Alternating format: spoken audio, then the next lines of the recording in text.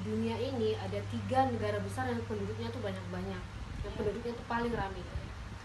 Yang nomor satu itu Cina. Yang kedua itu di India, dan yang ketiga itu Indonesia. Dan kita kalau mau bisnis, kita harus tahu bisa nembusin pasar-pasar mereka, apalagi Cina. Kan banyak, kalau Cina udah beli, bisnis kita udah berkembang di Cina, jangan tanya. Jadi dengan digital marketing kita bisa menembus pasar-pasar itu. Ya, berarti pasarnya bisa lebih luas ya, bisa lebih luas. Nggak mesti kalau kita jaga toko kan yang lewat aja tuh yang beli barang kita kan, atau kalau kita cuman promosiin gedor pintu kan cuma tetangga kita aja yang beli gitu. Pengen dong Kak belajar digital kayak gitu. Oh iya, gabung aja di sini di Core Management, kita bisa belajar digital marketing.